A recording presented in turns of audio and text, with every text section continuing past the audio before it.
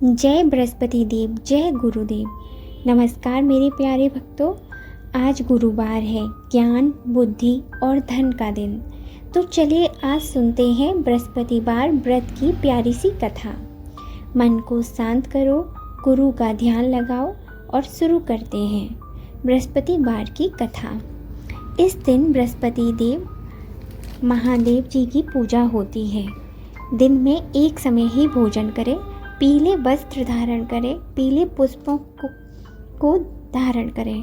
भोजन भी चने की दाल का होना चाहिए, नमक नहीं खाना चाहिए। पीले रंग के फूल, चने की दाल, पीले कपड़े, पीले चंदन से पूजा करनी चाहिए। पूजन के पश्चात कथा सुननी चाहिए। इस व्रत को करने से बृहस्पति जी अति प्रसन्न होते हैं। धन और विद्या का लाभ होता है। स्त्रियों के लिए यह व्रत अति आवश्यक है। इस व्रत में केले का पूजन होता है। आइए अब हम कथा पढ़ते हैं। किसी गांव में एक साहूकार रहता था, जिसके घर में अन्न, वस्त्र और धन की कोई कमी नहीं थी। परंतु उसकी जो स्त्री थी वह बहुत ही कृपण थी। किसी भिक्षार्थी को कुछ भी नहीं देती थी। सारे दिन घर के काम काज में लगी रहती थी।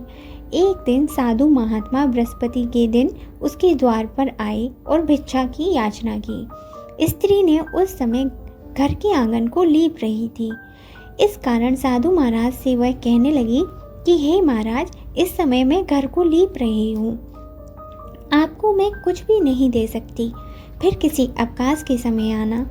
साधु महात्मा खाली हाथ चले गए। कुछ दिन के पश्चात वही साधु महात्मा फिर आए। उसी तरह भिक्षा मांगी। साहूकारनी उस समय अपने लड़के को खाना खिला रही थी। कहने लगी, महाराज मैं क्या करूं, अवकाश नहीं है, इसलिए आपको भिक्षा नहीं दे सकती।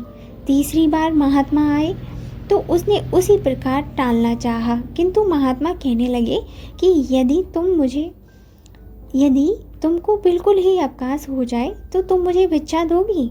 साहूकारनी कहने लगी कि हे महाराज, यदि ऐसा हो जाए तो आपकी बड़ी कृपा होगी। साधु महात्मा जी कहने लगे, अच्छा मैं तुम्हें एक उपाय बताता हूँ। तुम बृहस्पतिवार के दिन उठो, सारे घर में झाड़ू लगाकर कूड़ा एक कोने में जमा कर, घर में चौका इत्यादि मत लगाओ। फिर स्नान आदि करके घर वालों से कह दो उस दिन सब हजामत अवश्य बनाए। रसोई बनाकर चूल्हे के पीछे रखा करो, सामने कभी मत रखो। सायंकाल को अंधेरा होने के बाद दीपक जलाया करो। बृहस्पतिवार को पीले वस्त्र मत धारण करो, ना ही पीले रंग की चीज़ों का भोजन करो। यदि ऐसा करोगी तो तुम्हारे घर में कोई काम नहीं करना पड़ेगा। साहूकारनी ने ऐसा ही किया। बृहस्पतिवार के दिन वह दिन चढ़े उठी, झाड़ू लगाकर कूड़े को कोने में जमा कर दिया। पुरुष ने हजामत उसी दिन बनाई, भोजन बनाकर चूल्हे के पीछे रखा। वह सब बृहस्पतिवारों को ऐसा ही करती रही। कुछ दिन बाद उसके घर का हाल ऐसे हो गया कि घर में खाने का दाना ना रहा। थोड़े दिनों में महात्मा फिर आए और भिक्षा मांगी, परंतु सेठानी ने कहा कि हे महाराज, मेरे घर में तो खाने को अन्न नहीं है, मैं आपको क्या दे सकती हूँ। तब महात्मा ने कहा कि जब तुम्हारे घर में कुछ नहीं था, सब कुछ था, तब तुम कुछ नहीं देती थी। अब तो पूरा पूरा अवकाश है, तब भी कुछ नहीं दे रही हो। तुम क्या चाहती हो सो कहो। तब सेठानी ने हाथ जोड़कर प्रार्थना की कि महाराज, अब कोई ऐसा उपाय बता दो कि मेरे घर में पहले जैसा धन दान हो जाए। अब मैं प्रतिज्ञा करती हूँ अवश्यमेव आप जैसा कहेंगे वैसा ही मैं करूँगी। तब महात्मा जी ने कहा, बृहस्पतिवार को प्रातःकाल उठकर स्नान आदि से निवृत्त होकर घर को गौ के से लीपो तथा पुरुषों को हजामत बनवाने दो। भूखों को अन्न जल देती रहा करो। ठीक सायंकाल को दीपक जलाओ। यदि ऐसा करोगी तो तुम्हारी सब मनोकामनाएं भगवान बृहस्पति की कृपा से पूर्ण होंगी। सेठानी ने ऐसा ही किया। उसके घर में धन दान पहले जैसा हो गया। इस प्रकार भगवान बृहस्पति की कृपा से अनेक प्रकार को सुखों को भोगती हुई वह दीर्घ काल तक जीवित रही। अब हम पढ़ते हैं दूसरी कथा। एक दिन इंद्र बड़े अहंकार से अपने सिंहासन पर बैठे थे।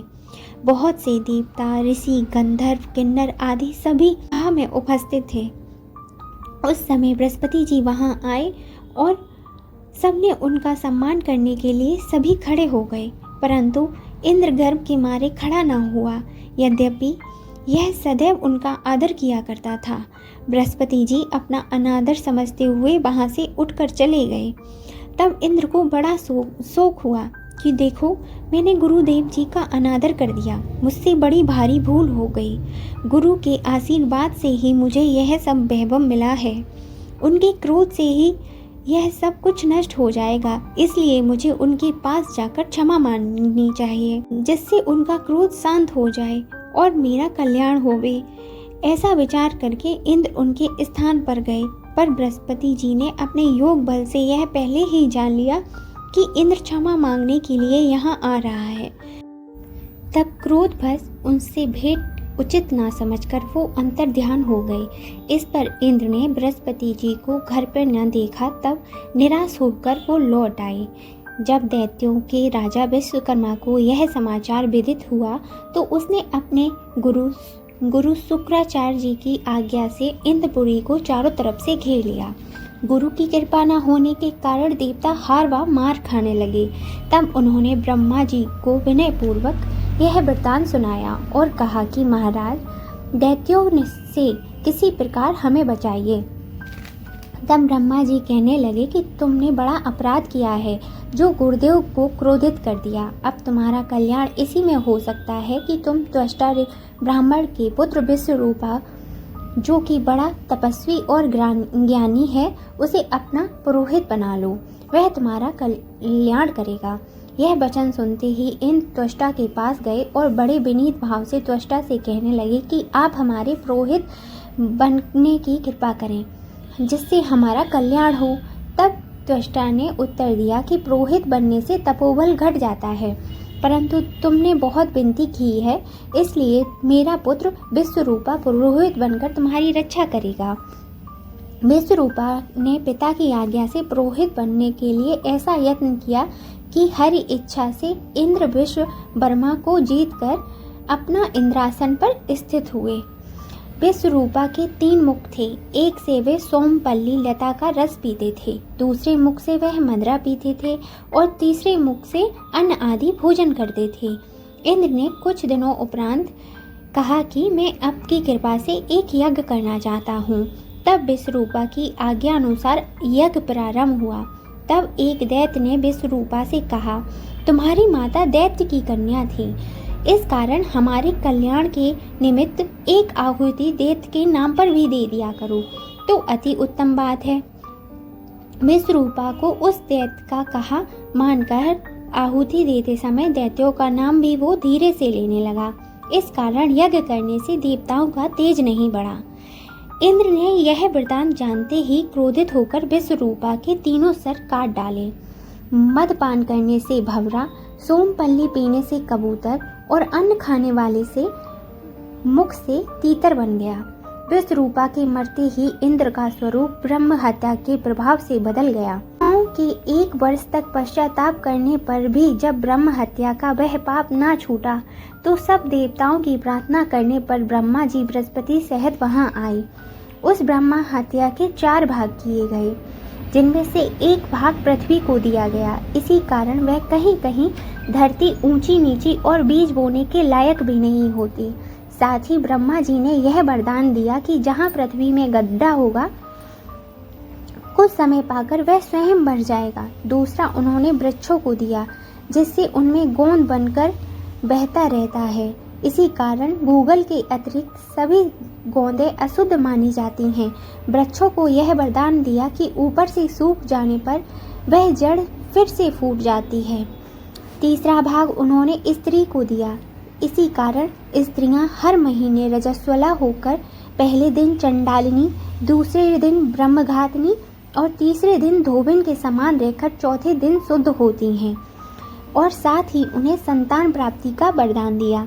चौथा भाग जल को दिया, जिससे फैन और सिवाल आदि जैसे जल के ऊपर आ जाते हैं। जल को यह वरदान मिला कि वह जिस चीज में डाला जाएगा वह बोझ में बढ़ जाएगी। इसी प्रकार इंद्र को ब्रह्म हत्या के पाप से मुक्त किया।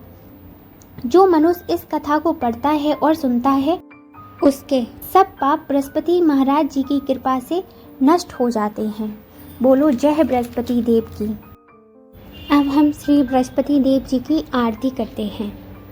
ओम जय बृहस्पति देवा, स्वामी जय बृहस्पति देवा, छिन छिन भोग लगाऊं कदली फल मेवा। ओम जय बृहस्पति देवा, तुम पूर्ण परमात्मा, तुम अंतर्यामी, जगत पिता जगदीश्वर, तुम सबके स्वामी। ओम जय बृहस्पति देवा, चरणामृत निज निर्मल, सब पातक हरता, सकल मनोरथ दायक, कृपा करो भरता।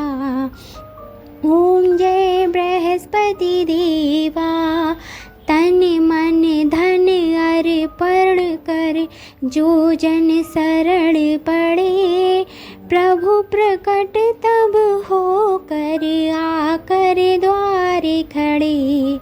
ओम जय बृहस्पति देवा, दीन दयाल दयानिधि, भक्तन हितकारी, पाप दोष सब हरता, भव बंधन हारी। ओम जय बृहस्पति देवा, सकल मनोरथ दायक, सब संशय हारो, विषय विकार मिठाओ, संतन सुखकारी।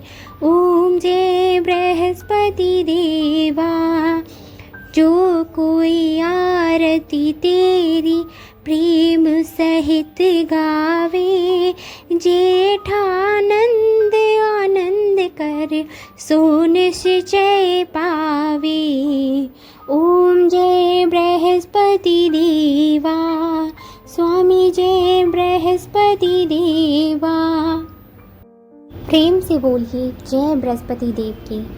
दोस्तों, अगर आपको ये वीडियो पसंद आया हो तो इसे लाइक करें, सब्सक्राइब करें और अपने दोस्तों के साथ शेयर ज़रूर करें। बेल आइकन दबा दें ताकि जितने भी हमारे वीडियोस की नोटिफिकेशन है वो सबसे पहले आपके पास पहुँचे। मिलते हैं अगले ऐसे ही एक और नई कथा को लेकर। तब तक के लिए नमस्कार। बृहस्पति देव आप सभी पर अपनी कृपा बनाए रखें।